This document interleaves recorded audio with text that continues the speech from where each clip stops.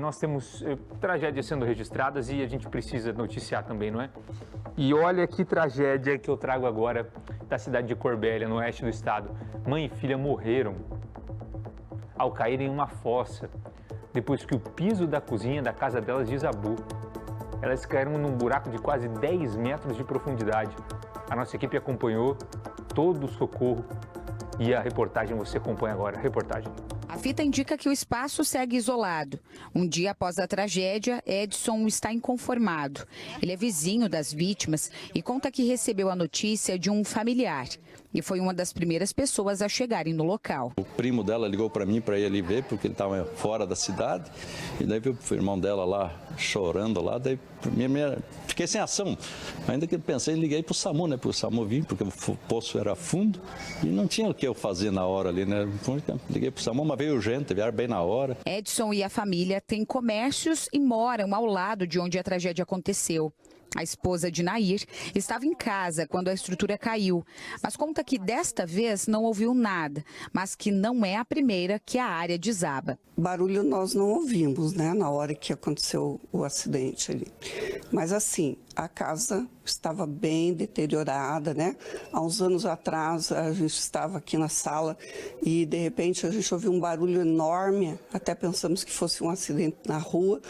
E quando nós fomos ver, era uma parte da casa ali que tinha caído. O piso que cedeu ficava em cima de uma fossa, dentro de um dos cômodos da casa. Elisandra Pereira da Silva e sua mãe, Ercília Soares, teriam caído juntas, no buraco que tem mais de 10 metros de profundidade. Por volta das 4 horas da tarde de quinta-feira, o Corpo de Bombeiros foi acionado pelo SAMU.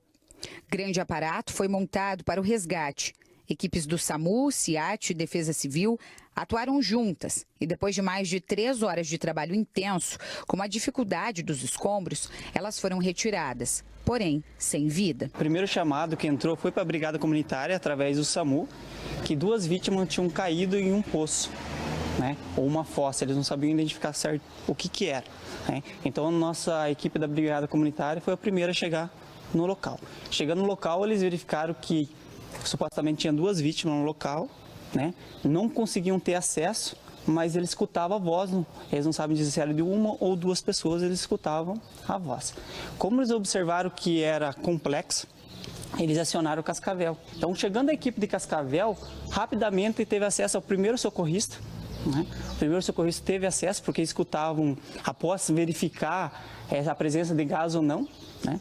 Então, verificando que não tinha gás tóxico, o primeiro socorrista tentou abordar para ver se conseguia visualizar a vítima. Chegando lá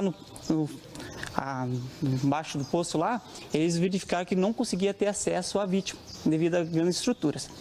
Então já foi montado um sistema para retirar esses móveis, esses entulhos, para ter acesso à vítima. A Defesa Civil interditou a área preliminarmente e ela deve permanecer assim até que todo o processo seja concluído. Uma vistoria prévia nas localidades que são vizinhas a este prédio. Foram feitas essas vistorias que identificaram que não há risco para aqueles que moram e trabalham nessas localidades. Ao final de toda essa investigação, um laudo técnico deve ser emitido. Além da Defesa Civil, a Secretaria de Obras também dá o suporte com a equipe técnica para a formulação do laudo. Foi uma tragédia que toda a comunidade de Corbélia está em luto e a prefeitura em si está prestando todo o apoio necessário e a questão da interdição partiu por parte do Defesa Civil com os bombeiros. A gente entrou ali, fez a interdição e estamos aguardando o laudo. Apesar da estrutura ser antiga,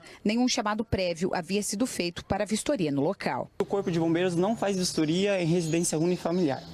Então, para ter uma vistoria pela Defesa Civil Municipal ou pelo Corpo de Bombeiros, tem que ter alguma denúncia, né, que oferece através do Ministério Público ou através da Corpo de Bombeiros mesmo, para ir ao local para fazer a vistoria. Então não tinha nenhuma informação que essa estrutura podia trazer risco. Clóvis foi prefeito na cidade entre os anos de 1997 até 2004 e conta que, assim como essa casa com fossa, outras estão com esse mesmo risco. Ali, pelo que se sabe, haviam mais de um esgoto, que antigamente eram poços para a retirada de água, enquanto não havia a rede municipal da Sanepar. E isso acontecia, que eu acredito que isso é um crime até, porque mais de uma centena de poços foram transformados em esgoto sanitário. E isso aí, esse problema ainda pode acontecer com muitas famílias aqui em Corbélia. Segundo a Sanepar, hoje em Corbélia, 88% da rede tem a cobertura de esgoto. Por isso, há a possibilidade de outras áreas terem o mesmo risco. Então, a orientação é que, em qualquer dúvida, os moradores comuniquem à prefeitura. A gente já vem atuando na questão desse suporte em fechamento de fossas, poços antigos, que o munícipe pode estar se dirigindo à Secretaria de Obras ou à Defesa Civil e passar a relatar o que está acontecendo, e a gente vai lá e presta todo o suporte. Elisandra Pereira da Silva era advogada. A Ordem dos Advogados do Brasil, subseção Cascavel, emitiu nota lamentando a morte dela e de sua mãe, Ercília Soares. Elisandra ainda era estudante do programa de pós-graduação em Ciências Contábeis no campus da UniOeste em Toledo, que também lamentou profundamente a perda dela e de sua mãe. Triste demais, né? Muita tristeza, e agora o caso precisa ser investigado, principalmente por conta das outras residências que ficam ali na região.